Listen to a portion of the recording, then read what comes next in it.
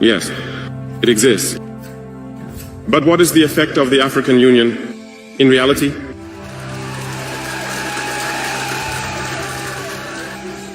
We cannot talk about integration in the theme and not talk about the African Union. Because it is this organization that should unite us, create real integration. But we regret to see these wars that persist on the African continent, killing millions of young people. And that this organization, which has heads of state, with armies, is unable to organize itself to support certain countries. The Union is not just a word. The Union is a symbol. And we, the youth, should learn a lesson from this situation to unite, to make integration a reality. I was unpleasantly surprised when Ethiopia, which hosts the headquarters of the African Union, was experiencing a conflict. And when I saw the Prime Minister put on a military uniform and announce the closure of the university in Addis Ababa to face the threat. I did not see any action from the African Union to protect these headquarters. Most Western states saw Addis Ababa falling, packing up and leaving. Ethiopia fought, found an internal solution, and is living more or less in peace today. The children of Congo have been dying for years. Several other conflicts, such as in Sudan, exist on the continent. We would have liked to see the African Union generate the forces and all the necessary strategies to support these states so they can regain peace. For nearly 10 years, the Sahel has been the theater of international terrorism. But we see no support from these organizations to find a solution to this problem.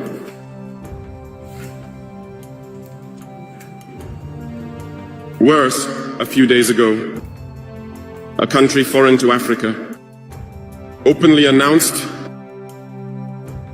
having supported and participated in a cowardly terrorist and barbaric attack against the forces of our confederation in Tinsawatten. The African Union did not utter a word to condemn this interference by a state outside of Africa in the internal affairs of our states. I would like them to hear this and therefore break their silence and take action so that the youth can believe in the African Union. Hello, brothers and sisters. It is only a dream.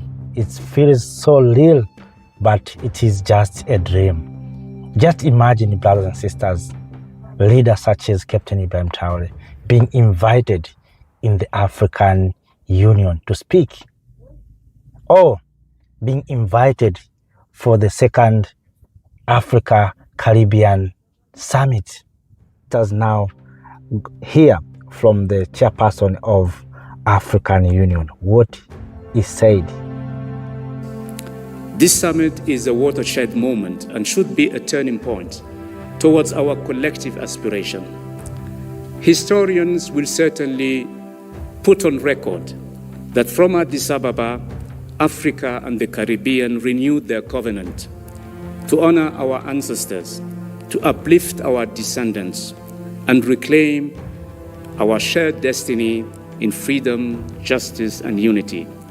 The African Union stands proudly and firmly with our Caribbean brothers and sisters in every step towards reparatory justice and true liberation. I thank you. That is the chairperson of African Union. Let us now move to the upcoming chairperson of Caribbean Community, CARICOM. What is said? Today's first in-person meeting since we met virtually for the first time in 2021 is timely in reinforcing the bonds between Africa and the Caribbean, as well as in examining ways in which to deepen our partnership at the global and strategic levels. This will allow us to deepen South-South cooperation while fostering shared prosperity and affirming a common voice on global platforms, including on global peace, security, reform, and multilateral issues such as climate change. As we meet under the theme of Transcontinental Partnership in Pursuit of Reparatory Justice for Africans and People of African Descent through Reparations, we are reminded of the important outcome from the first Africa CARICOM Summit hosted by His Excellency Uhuru Kenyatta, President of the Republic of Kenya, on 7th September 2021. The Caribbean community expresses sincere thanks and its deep appreciation to His Excellency Abiy Ahmed, Prime Minister of this great country, not only for the excellent arrangements and hospitality to us here in Addis, but also for the commitment made with the Honorable Mia Ahmad Motley, Prime Minister of Barbados, to hold this second summit. This engagement will allow for broader discussion on the 2024 AU CARICOM Memorandum of Understanding on upscaling engagement and linkages with people of African descent, particularly the strengthening of interregional economic partnerships and enhanced people-to-people ties. We also convey our thanks to His Excellency João Manuel Gonçalves Lourenço, President of Angola and Chairperson of the African Union, for the support given to this engagement. Excellencies, our discussions today should allow us to come to a common understanding and collaboration on a wide range of issues pertinent to our shared priorities. These include reparations, multilateral cooperation, reform of the international financial architecture, debt sustainability, finance, education, health, climate change, youth engagement, digital transformation and artificial intelligence, trade and investment, maritime and air transport, tourism, and cultural exchanges. What is clear is that closer collaboration between Africa and CARICOM is impatient. It's impatient of urgent attention and action in order to achieve positive outcomes for both our regions. Actions must be the underpinning sentiment of all that we do. Yes, that is the chairperson, the upcoming, of course, chairperson of Caribbean Community. What the hosting Prime Minister Abiy Ahmed Ali said in that summit. Here is what he said. Geography may have placed us apart, but history has bound us together. Let us free ourselves from the language of charity, of recovery, of being called developing. Let us instead rise into something new and ours, where the waters that once divide us now unite us in dignity and prosperity. My dear brothers and sisters, our experience, guided by the spirit of Muddamar, together with our collective innovations in energy, agriculture, digital technology, and knowledge, can be a bridge linking Africa and the Caribbean in shared prosperity. To turn vision into action and building on the commitments of the first Africa Union CARICOM Summit, I propose bridges of unity built on 4 pillars of impact. First, agriculture and digital innovation.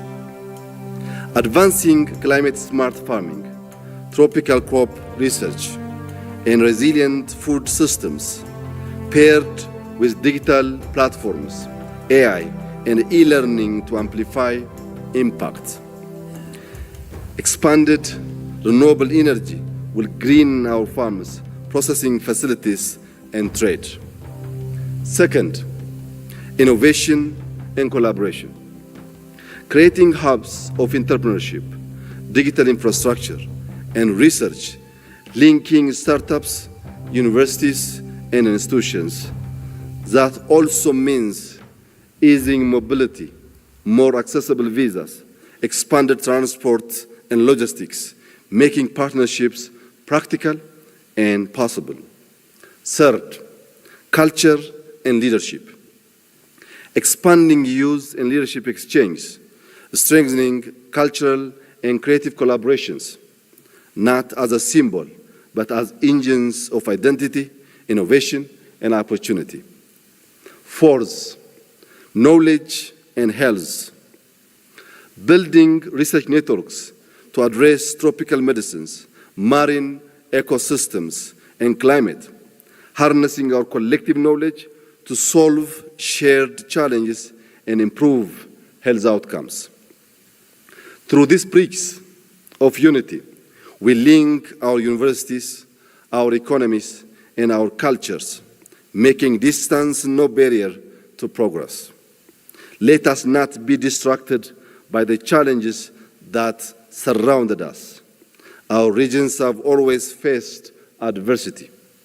What has changed is that we now choose to face it together, defining our own solutions and future. I thank each of you for your presence, your leadership,